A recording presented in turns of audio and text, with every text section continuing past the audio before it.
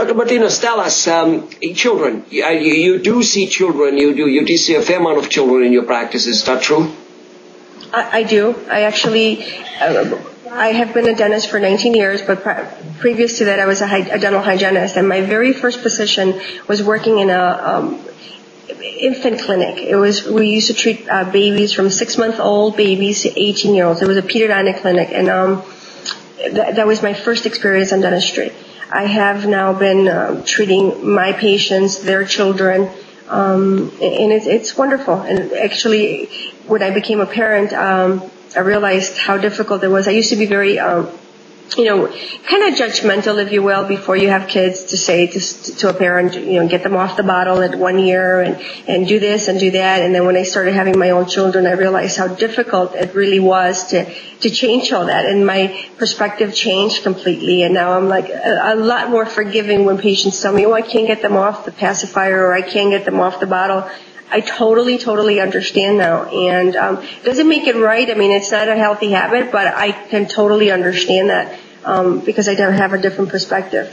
Right. Well, tell us why, in relation to overall health or to the teeth, getting off the pacifier, getting off the bottle, not sleeping with a bottle of milk, falling asleep with a bottle of milk, or maybe while breastfeeding. Tell us about the consequence of that stuff. What happens is we know when children when we put our children to bed with a bottle, what happens is their last sip they take, it pretty much sits in their mouth once they fall asleep. So that milk is just sitting, and it's very sugary, and it's just sitting on their teeth, causing all the bacteria in the mouth that already exists to start breaking down the enamel of the teeth.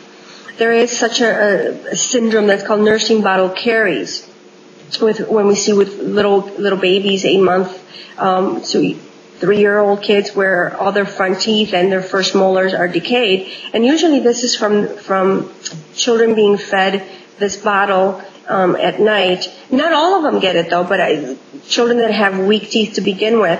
Also, it's very, very common when you see a child, and I'm sure people know families that have had this issue where the kids are walking around with their bottle with juice in it all day long.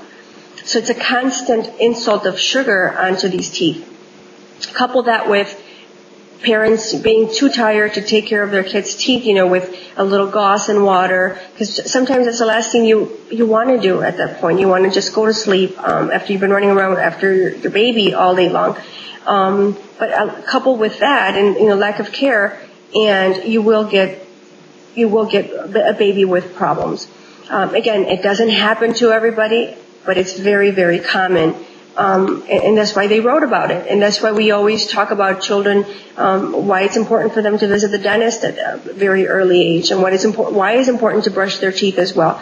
I have a lot of parents that don't think that that's important, that because these baby teeth are going to fall out, that it's okay for them to have a cavity on them.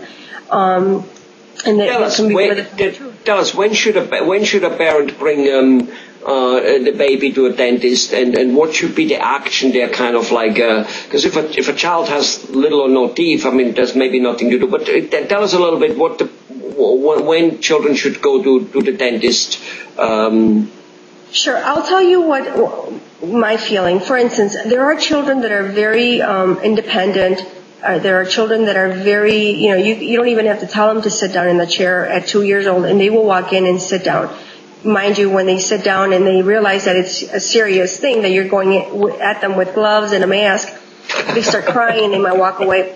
I always tell parents, for instance, if I'm seeing the mom or the dad, to start bringing the baby, of course sometimes they actually bring the baby, but when they're 2 years old, they start getting familiarized with the office, to seeing that it's fun, that it's there's nothing wrong, nothing's going to happen to you here. The worst thing they can do, and I hear it all the time, is if you walk in here, the doctor's going to give you a shot, which is actually the worst thing anybody can do, to scare the babies with the threat of a shot from the dentist, because you'll never get them in there.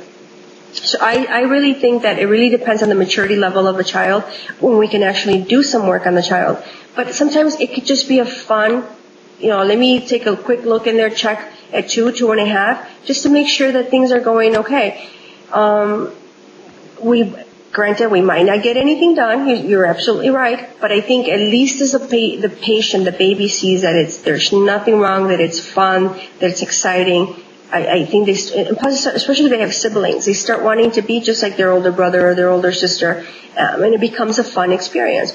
Versus having to have a child come in when they already have an abscess, when they have a big cavity, for their first time to get treated. Because these patients will typically become your worst patients ever. And I don't blame them. They're little kids and they're hurting. And you're going to cause a little bit more pain for them. They don't know that you're trying to help them. They don't think, they're babies. They don't realize that. So they will become very afraid of you. Those are the typical stories I hear all the time. Oh, when I was a baby, this happened to me, that happened to me. Usually that happens when, again, their first experience going to the dentist was a traumatic experience. And usually that happens when we wait until it's not a fun experience. We're going to have a tooth pulled, a big cavity filled, stuff like that. So I always recommend, as soon as you can get them in the chair, just for a quick check, I think it's very, very important. Basically, let's not have that zoom drill going on the first time they come in there and it coming close to your mouth. Just make it play, and every time a little more and a little more. And if you do that, chances are she never needs the drill or he. Exactly. Preventative dentistry is a lot less costly, less painful than any other type of dentistry. Actually, some insurance companies are rewarding their patients by using their preventative benefits, where they're telling patients, you know what, you can have cleanings 4 times a year, because they're finding that it is cheaper for them to pay for cleanings 4 times a year than to pay for root canals and to pay for gum treatment and crowns and all that stuff more often. So they're actually rewarding their patients with preventative payments of their treatment. Absolutely great. Again, wonderful information, Dr. Martinez. Thank you.